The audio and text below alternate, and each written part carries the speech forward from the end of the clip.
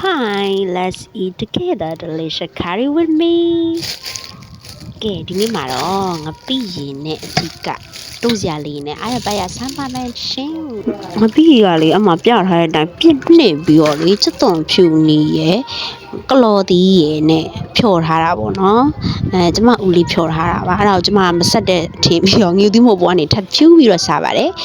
ပြစ်ခဲပြီးတော့လေလုံးဝပြစ်နှစ်လေးနဲ့ရတာလဲလေလေးပင်ငငယ်လေးအဲ့ဒါကိုဆန်းလိုက်ပါပြီအပေါ်ကနေငြူသီးမို့နဲ့ထပ်ဖြူပြီးတော့နေပါပြီအဲ့မှာကျမနေထားတဲ့အပီလေးကိုပြလိုက်ပါသေးတယ်ဟင်းရတော့လေငါးလေးကိုအတုံးတိလေးစင်ကောပုံစံလေးချက်ထားစီပြန်လေးပေါ့နော်ငါးဟင်းရတော့တိတ်ပြီးတော့ကြိုက်တဲ့မှာတော့မပါဘူးဒါပေမဲ့အဓိကတို့စီရနဲ့ငပိတည့်သီးပါတယ်ခရက်လေးပါတယ်ပေါ့နော်ဒါအနီးကရိုက်ပြထားတာပါအခုကျမနောက်ထပ်တစ်ခေါက်ထပ်ထည့်ရပါတယ်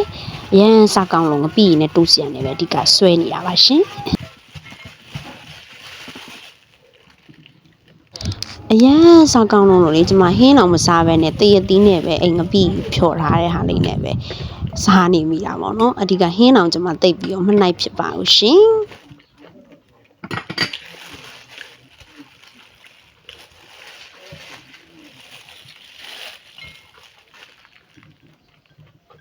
ကျမကလေအဲ့တိုးစရာအစုံနဲ့လေအသီးရွက်တွေနဲ့ငပိရင်ကြိုက်တယ်ပေါ့နော်အဲ့ဒါစားရင်ကျမဟင်းအောင်မစားပဲနဲ့လေဒီတိုင်းရတယ်ပေါ့ဒါကတော့နောက်တ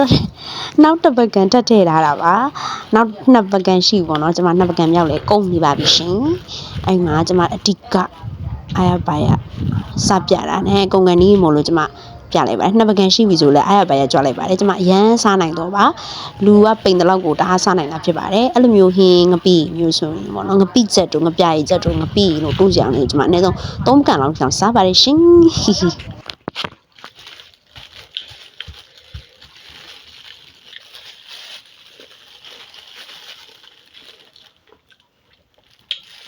အဲ့မှာစားလို့ပြီးသွားပြီထမင်းကတော့ကုန်သွားပြီချိန်မှာကျမထပ်ပြီးတော့ကျမလုံနေကြစတိုင်ပေါ့နော်အဲ့လိုတရသီးလို့ပါလို့ရှိရင်ကျမထမင်းကုန်သွားရင်တရသီးစိတ်တွေနဲ့အဲ့ငပိငပြားချက်တို့နဲ့ထပ်တို့ပြီးတော့ထပ်ထိုင်စားနေရဖြစ်ပါတယ်ထမင်းမစားတော့ဘဲနဲ့တရသီးကို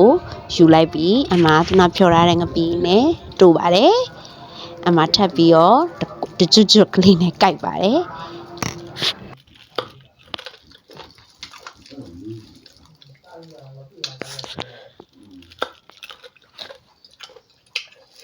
အ